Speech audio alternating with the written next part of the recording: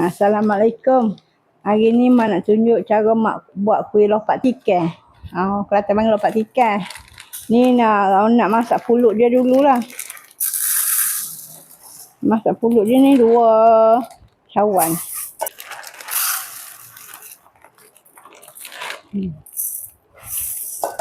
Ni kena basuh bersih-bersih kan. Baru masak ya pulut ni. Ni sementara tu Mak nak suka tepung pula ya. Tepung beras untuk buat dia punya yang bawah tu warna hijau tu kan. Pakai 2 cawan juga dia punya tepung beras ni.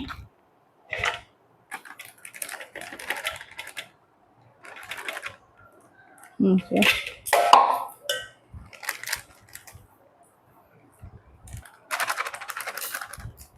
Dua cawan tepung beras, 4 cawan air ya.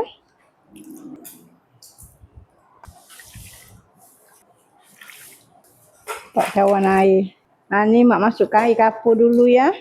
Pakai 2 sudu lah tapi tak adalah pekat sangat, cair je ya. Lepas tu pewarna hijau. Pewarna hijau ni bersikit lah untuk warnakan warna hijau tu kan. Ini belum tak api lagi ya. Sekejap lagi kan barulah tak api. Baru kacau api.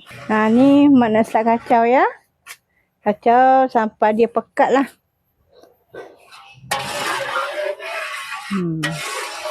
Dalam ni Mak tambah garam sikit ya. Mak lupa tadi nak buat garam. Ni sikit je lah. Ya, biar awak lemak-lemak je. Ni dah kering dah ni. Kejap lagi boleh angkat lah. Ya.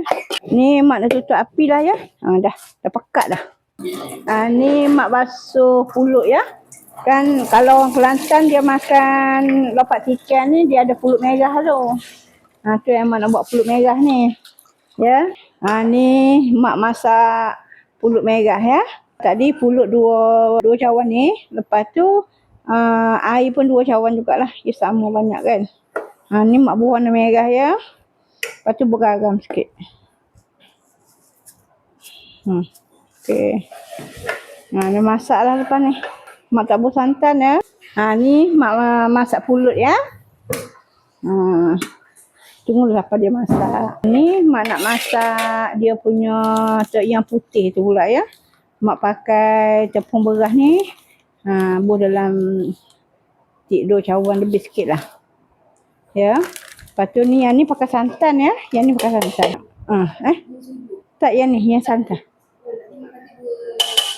Oh ni pakai 2 sudu ya pakai. Lupa Mak. Ya pakai 2 sudu ya. 2 sudu setengah.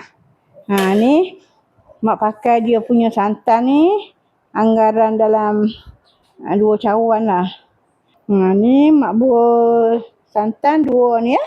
2 cawan metrik. Air campur santan lah, tak adalah pekat sangat. Santan satu santan pekat, satu santan dicairkan.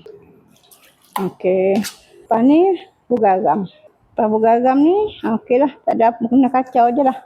Tunggu sampai pekat. Ni Mak dah start kacau ya. Dia pun macam tadi juga. Dia dah pekat dia tutup api lah. Ni dah pekat dah ni. Tapi kena tunggu sekejap lagi. Tapi ada orang yang dia suka yang jenis cair-cair sikit kan. Dia punya santan putih ni. Kalau Mak buat biasalah. Tak cair sangat, tak pekat sangat. Sedang-sedang je. Dah. Ni dah siap dah ni. Dia punya santan putih ni kan. Ya, macam ni je lah. Mak tutup api ya. Dah siap. Ni Mak nak masak air nisai pula ya. Air gula merah. Masak ni sampai dia cair lah. Sampai jadinya macam air gula nisai tu lah. Dah agak dah ni. Mak tutup ya. Dah masak dah. Dia punya air gula merah ni. Ni Mak dah potong lah ni kuih. Tapi agak lembik sikit lah. Pasal panas lagi kan. Dia kalau nak elok dia dah sejuk. Potong kan cantik je dia. Ni dah Mak bubur gula merah. Dah bubur bahan semua ya.